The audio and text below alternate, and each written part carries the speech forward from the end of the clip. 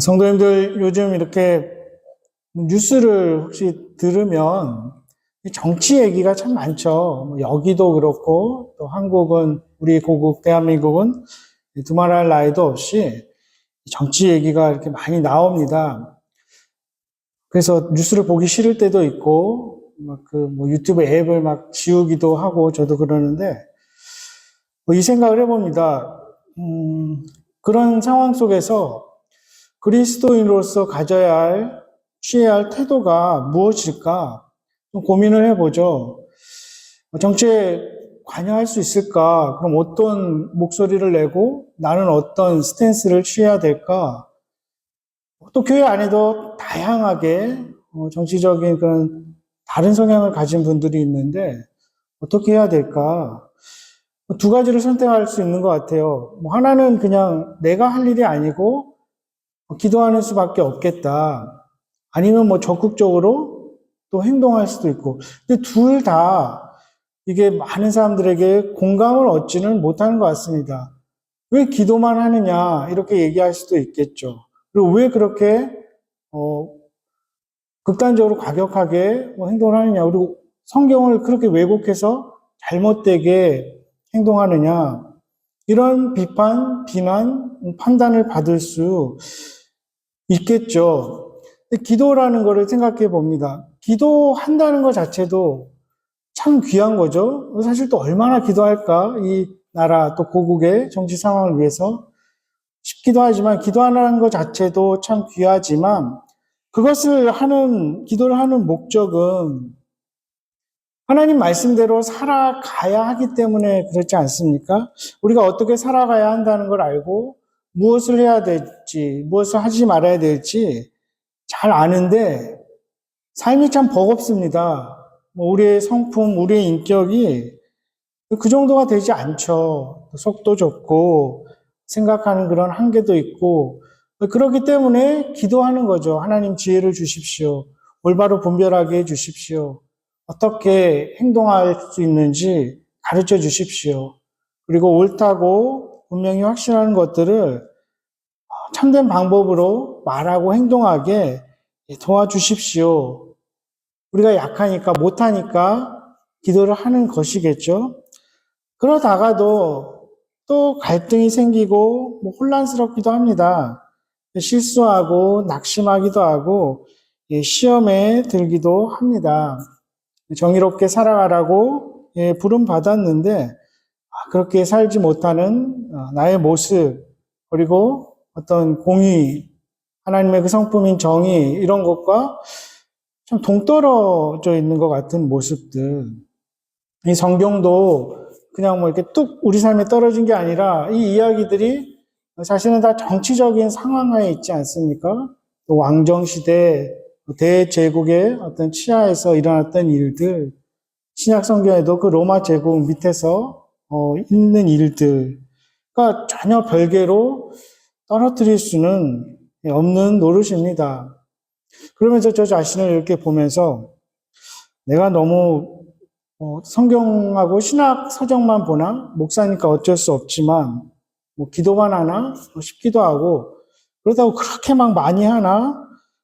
그런 고민도 됩니다. 그러다가 제가 지난 목요일 우리 온타리오주에 선거가 있지 않았습니까? 투표권이 있는 분들은 여기 선거 투표하러 가신 분들도 있을 텐데 이민자로서 시민권이 있다 해도 고국을 떠나온 사람들로서 거기까지 이렇게 신경 쓸 사실 여력이 없죠. 누가 후보인지도 모르고 어떤 정책이 있는지도 모르고 그런 이유 때문에 관심을 못 갖게 됩니다. 그리고 또 하나의 이유는 그래도 선진국이니까 나름대로 정치인들이 알아서 하겠거니 그래도 이렇게 안전하지 않습니까? 이렇게 안정되어 있는 그런 사회 속에서 사니까 누가 되더라도 막 극단적인 그런 일들이 일어나지 않겠거니 해서 관심을 안 가지게 되기도 합니다. 근데 저는 이제 이런 걸 보면서 그 선거 당일날 그 봉사로 이렇게 신청을 했습니다. 그 당일날 투표는 사전 투표, 어드밴스 폴 하고 27일 목요일 날 봉사 신청을 했는데 전화가 오더라고요. 너 올 수 있냐? 그래서 고민하다가 가겠다. 물론 자원봉사는 아닙니다. 페이도 주긴 하는데, 그리고 마침 이제 제가 배정받은 그 투표소가 세인트 안드레이 바셋 세컨더리 스쿨, 민성이가 다니는 학교죠. 거기서 궁금하기도 하더라고요. 민성이가 어떤 인간들과 공부를 하는지, 어떤 동물들과 같이 생활하는지 궁금하기도 하고, 혹시나 한번 볼 수 있을까? 아니야 다를까 만났습니다. 이렇게 참 이렇게 그만한 학생들 사이에서 이 보석같이 빛나는, 멀리서도 눈에 확 띄는 그 민성이를 만나서 반갑게 인사를 했습니다. 그러면서 좀 유심히 살펴봤죠. 어떤 사람들이 투표하러 올까? 저는 그냥 다 백인 할머니 할아버지들, 시가 많은 분들이 올 줄 알았는데 그렇진 않더라고요. 전혀 예상 못한 사람들도, 아는 사람들도 만났고, 예를 들어서 이 중국 식당에서 일하는, 서빙 열심히 하는 어떤 얼굴을 아는 제 남자분이 가족들하고 같이 투표를 하러 왔습니다. 그래서 저분이 투표권이 있었나? 투표를 하는구나. 어떻게 보면 제 그런 선입견이 깨지는 경험도 했습니다. 그러면서 그 학교에 이제 아이들이 바글바글하고 역시 막 소리 지르고 뛰어다니고, 모든 학생들이 그렇지는 않지만 그런 모습 보면서 힘들게 공부하는구나 우리 민성이, 그런 생각도 하고, 또 어떤 여학생들이 이렇게 지나가면서 거기 후보자들이 이렇게 한 8명 이름이 쫙 붙어 있습니다. 확인하고 들어가라고. 그랬더니 어떤 한 여학생이 그걸 유심히 보더니 Oh my God, he's my boyfriend 그러더라고요. 이거 내 남자친구라고. 저는 그냥 피식 웃고 농담이겠지, 장난이겠지 생각을 했고, 근데 한편으로는 그럴 수도 있지만 정말일 수도 있지 않을까? 진짜 남자친구가 18 이상 된 학생들도 있으니까 그럴 수도 있겠다 생각을 했습니다. 그러면서 그 투표소에 들어오는 사람들, 제가 하는 일은 간단했습니다. 그냥 인사하고 물어보면 나 잘 모르니까 안에 들어가서 다시 물어봐라. 이런 정도. 그리고 잘 가라. 같이 그 사인 붙이고 떼고 이런 일들을 했는데, 근데 말은 많이 안 합니다. 들어와서 그냥 이렇게 스텝이 쉽게 돼 있으니까. 근데 가장 중요한 말, 반드시 필요한 말이 있습니다. 그것이 뭐냐면, 너 아이디 가져왔냐? 그겁니다. 이 투표하러 오는 사람이 내가 본인이라는 것을 증명해야 하는 거죠. 아까 그 여학생의 말도 진짜일 수도 있고 아닐 수도 있지만, 정말 정말이라면 그것을 어떻게 증명하냐 하는 것이죠. 이 투표소에 오는 사람들, 만약에 아이디를 가져오지 못했다. 근데 같이 오니 아이가 우리 엄마, 우리 아빠 맞아요. 이렇게 말한다고 해도 그것이 받아들여지진 않죠. 그 증언이 효력이 없는 것입니다. 본인이 맞다는 것을 증명하기 위한 아이디가 반드시 필요한 것이고, 제 개인적인 판단으로는 그 말이 그 투표소에서 투표 당일날 가장 중요하고 필요한 그런 센텐스가 아니었나 싶었습니다. 재판정에서도 우리가 왜 증인을 세우고 증인을 신문합니까? 그 일이 정말 그렇게 있었는지, 저 사람이 맞는지 그것을 누군가 증언을 해야 되는 거죠. 그리고 그 증언은 재판관이 판결을 내게 되는데 너무나 중요한 요소가 됩니다. 고대 사회에서도 자신의 말을 입증하려면 2사람 혹은 3사람의 증언이 필요했습니다. 그래서 예수님도 지금 자신이 누구인지에 대해서 사람들에게 다른 사람의 증언을 지금 제공하고 있는 거죠. 그 중에 한 사람이 세례 요한입니다. 세례 요한이 나에 대해서 증언하지 않느냐. 사실은 그런 증언 나는 필요 없는데 부득이하게 그런 너희가 요구하는 것이니까 세례 요한이 나에 대해서 증언한다. 이 이야기하고 있습니다. 그리고 흥미로운 것은 이 세례 요한의 그 증언한다는 그 말 자체가 원어적으로 보면 완료 시제로 되어 있습니다. 굳이 그렇게 사용한 이유는 그 완료 시제는 계속해서 효력을 발생하는 것입니다. 그러니까 세례 요한의 예수님에 대한 증언이 그때 그 사람들에게만 끝난 것이 아니라 오늘날 우리에게도 이후에 성경을 읽는 모든 사람들에게도 적용되는 것이죠. 세례 요한이 한 그 증언이 그냥 한 번 소리친 후에 허공에 날아가고 사람들에게서 망각되는 것이 아니라 그것이 진리이기 때문에 계속 들려지는 것입니다. 세례 요한이 자신을 증언한다고 이야기를 합니다. 그리고 두 번째로 예수님이 말씀하시는 것이 32절, 36절 이렇게 잘 읽어보면 성경이 너희가 그토록 열심히 읽는 그 성경이 나에 대해서 증언하고 있다. 이렇게 말씀을 하시죠. 누가복음 24장 13절에서 35절에도 예수님이 부활하신 후에 엠마오로 가는 두 제자를 만나시죠. 그러면서 그들과 이야기하다가 성경이 나에 대해서 이야기하는 것이라고 말씀을 하십니다. 그런데 참 아이러니하게도 39절에 보면 그때 당시 종교 지도자들이 그렇게 열심히 성경을 읽고 부지런히 연구하는데 그 성경이 가리키는 그리스도, 예수님을 정작 알아보지 못하고 받아들이지 않습니다. 그 이유를 예수님은 굉장히 간단하게 말씀하시죠. 40절에. 왜 그렇습니까? 너희가 원하지 않기 때문이다. 이렇게 말씀하시는 거죠.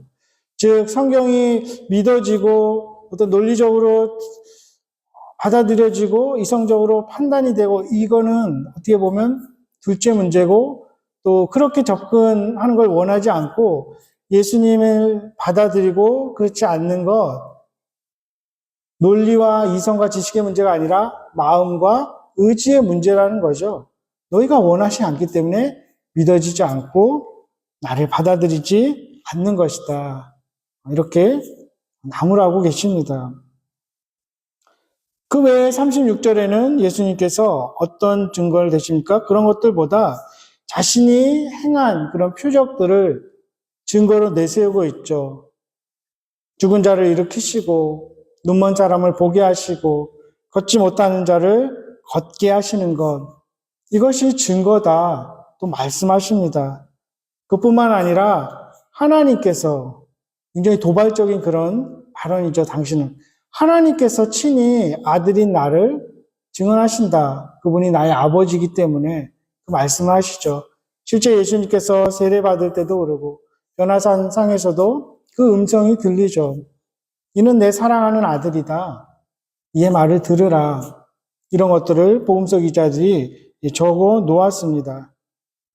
어떻게 보면 정말 그런 증거들이 차고 넘치는 것이죠. 그런데 이런 증언을 말씀하시는 이유가 자신을 항변하기 위함도 아니고 그들과 논쟁에서 이기기 위함도 아니죠. 그 이유는 다른 사람들에게 그것을 듣는 이들로 하여금 구원을 받게 하려는 것입니다. 그것이 첫 번째 이유입니다. 창조주신 하나님께서 하나님이 지으신 모든 사람들, 또 이 세상을 너무나 사랑하시기 때문에 예수 그리스도를 통해서 구원을 얻게 하려고 이 말씀을 지금 하는 것이죠. 에스겔서 18장 32절에 이렇게 되어 있습니다. 세 번역으로 읽으면 죽을 죄를 지은 사람이라도 그가 죽는 것을 나는 절대로 기뻐하지 않는다. 그러므로 너희는 회개하고 죽지 말고 살아라. 이게 하나님의 마음인 거죠. 아무리 죽을 죄를 지은 사람이라도 돌이켜서 다시 생명을 얻게 하려는 것, 그것이 하나님의 마음이고 그것을 지금 예수님이 말씀하고 계십니다. 구원을 얻는다는 게 어떤 의미일까요? 물론 성경에서 여러 가지 의미로 사용되고 또 과거, 현재, 미래로 다양하게 사용되기도 합니다. 근데 신약학자인 김세윤 교수는 구원을 이렇게 정의합니다. 구원이란 포괄적인 개념으로 모든 악과 고난에서 해방되는 것을 의미합니다. 죄로 인해서 들어온 가장 큰 슬픔, 운명, 죽음이죠. 지금 그것을 향해 우리는 다 가고 있지 않습니까?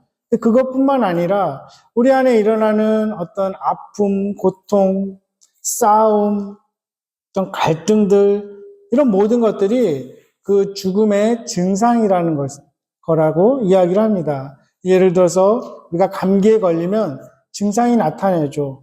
콧물이 나오거나, 목이 아프거나, 몸이 떨리거나, 이것이 죽음의 증상들이라는 거죠. 그 죽음이 죄로 인해서 왔다는 것입니다.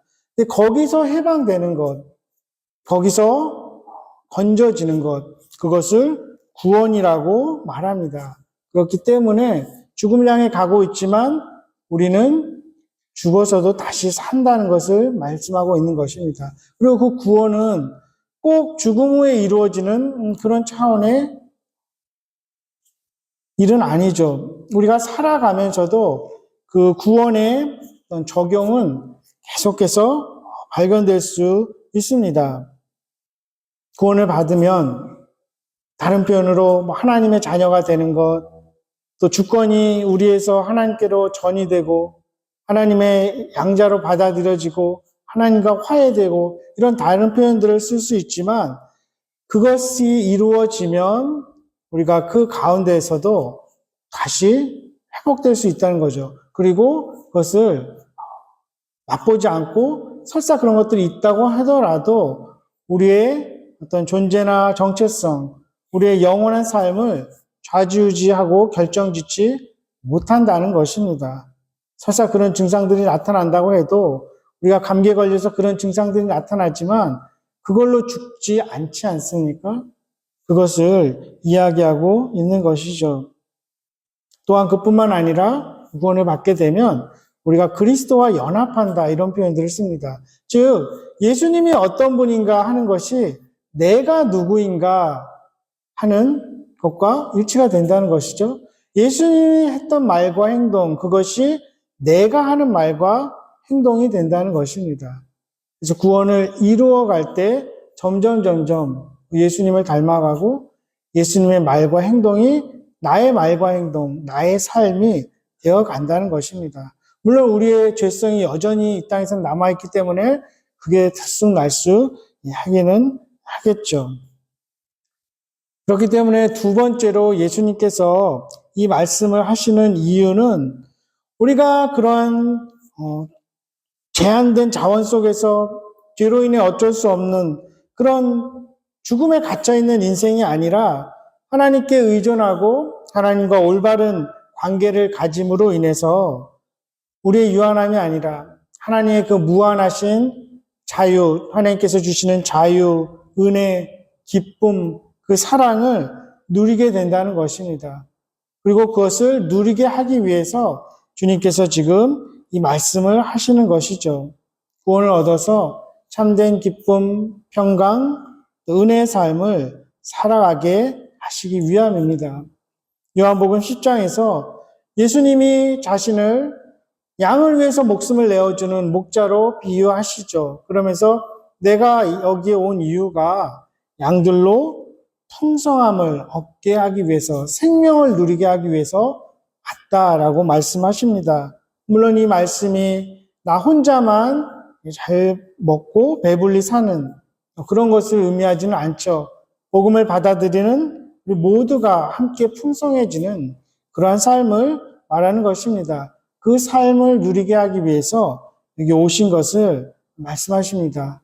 어떻게 그러한 삶이 가능하겠습니까?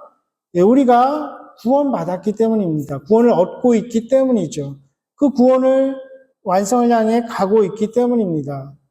또 아까 다른 표현대로 우리가 하나님의 자녀가 되었기 때문이죠.